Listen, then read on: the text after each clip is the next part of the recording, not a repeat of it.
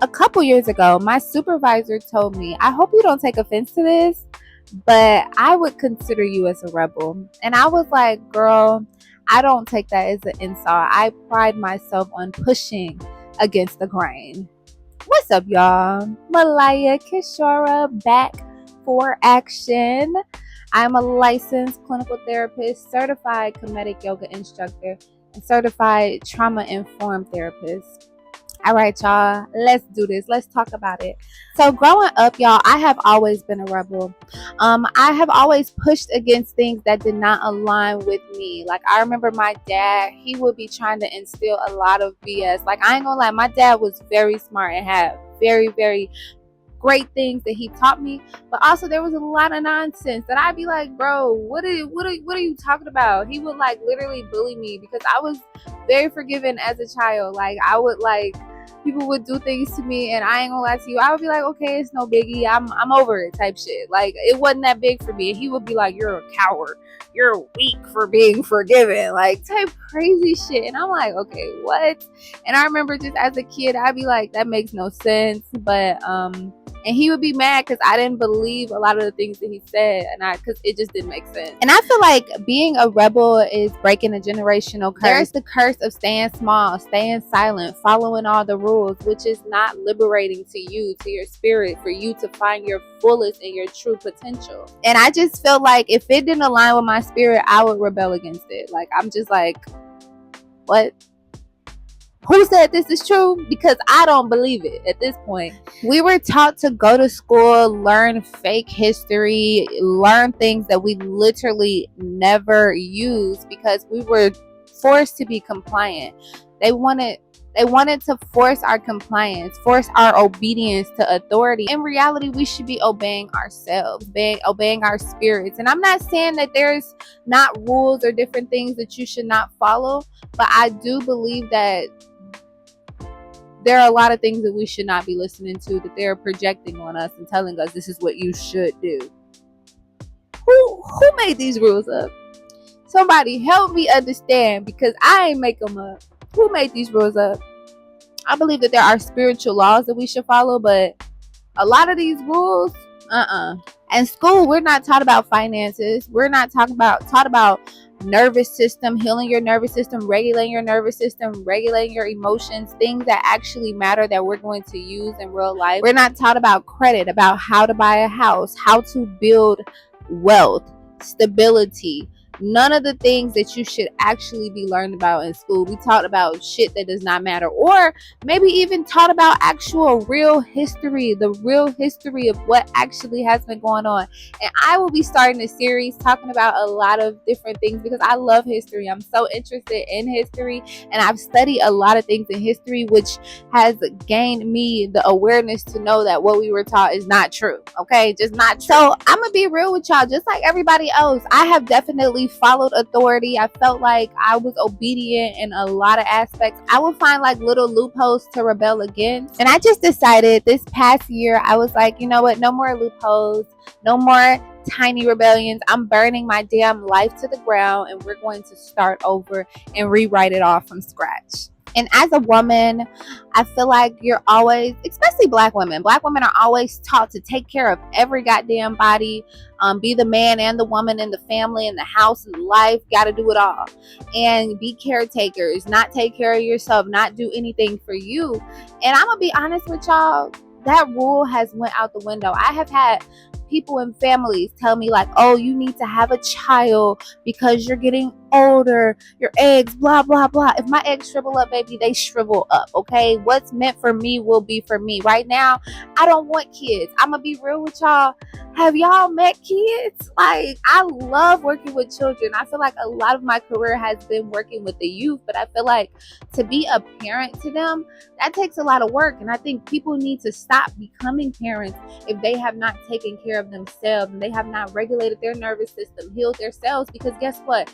You are broken, and you're creating another broken child that becomes a broken adult that becomes chaotic in this world. And I feel like that is a problem to me, and it's a disservice to your children. So for me, I'm real. I'm authentic about who I am. I couldn't have kids at this point because I had so much I needed to work through, so many things that I'm like, bro, this is not right. I need to focus on this. I need to heal this aspect of myself. I don't want to put my kids in a situation where they have to struggle, where they have to deal with my unregulated emotions. That's not fair to them. Absolutely not. I feel like I was a child that had to deal with that. I had to take on adult roles at a very young age. And I'm like, I'm not putting that on my babies. They don't deserve that. So at this point, don't ask me about having kids. Don't bring it up to me. When I have kids, when I have a man, that's my business when I choose to do it. We're also told, go to school, go to college, go to work, work for the rest of your life for 1,000,000 years. Then you're going to, have a retirement. Then you're going to, be able to travel. You're going to be old and shriveled up, traveling and being able to live the life that you want to live after you work to the bones and you have nothing left. That's insane to me. Okay. Like, once again, who made these rules up and why are we listening? I have worked so many different jobs and I realized that I don't want to wait until I'm 100 to travel and to live in paradise when I'm old and wrinkled. I want to chase my dreams now. I want to build my business. I want to go to the beach every single day. I want to live in paradise. And so why not do it at this moment? Why do I have to wait until I'm 175 years old when my body is broken down and I'm in the grave? Like, once again, what are we going to say?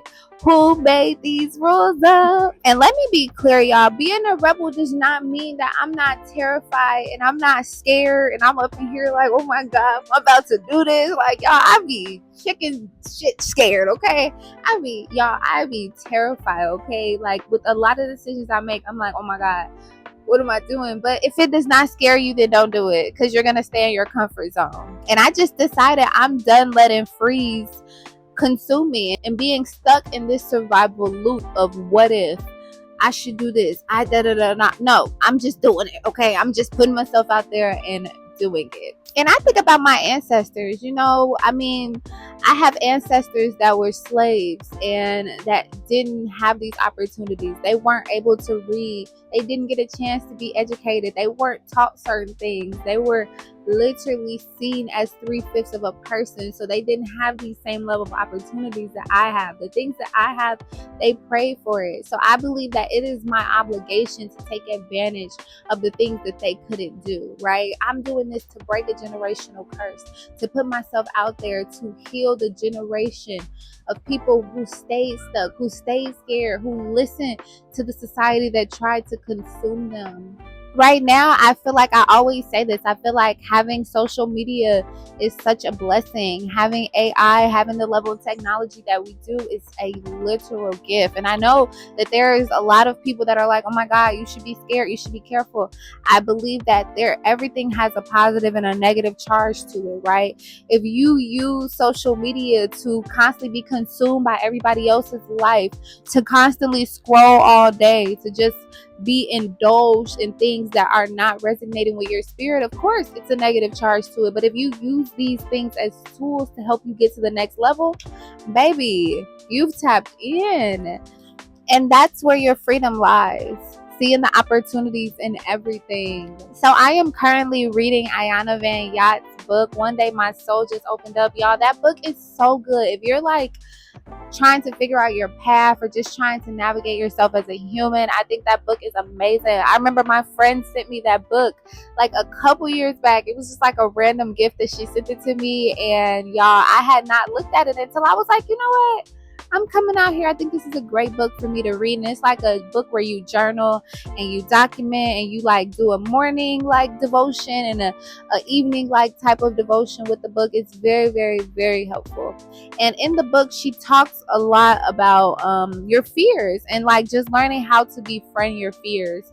And I think that is like one of the most beneficial things that you can really learn, because a lot of times we get stuck in that fear loop and we try to self-soothe and self-medicate by using different toxins to help us like navigate and keep that fear at bay. But I'm at that point where I want to push into the fear. What's behind the fear? Push into the pain. What's behind it? There's something that's behind it that is begging to be seen and heard by you. It's your fear. So this message for today is to embrace your fear. Be a rebel in your own life. You owe it to yourself. Even if it's not your ancestors, you owe it to you to discover who you truly are. Discover the most divine aspect of yourself. And sometimes, just kidding, all the times that means push against the grain. All right, y'all. Y'all already know. Thank you so much for joining me. I love you guys so much. Subscribe to the video. Subscribe to the channel. Like the video. Turn the post notifications on. Join me. Join the community. I love you so much. And I will talk to you. You already know. Never again. No, I'm just kidding. I will see you next time. Mwah. Okay, bye.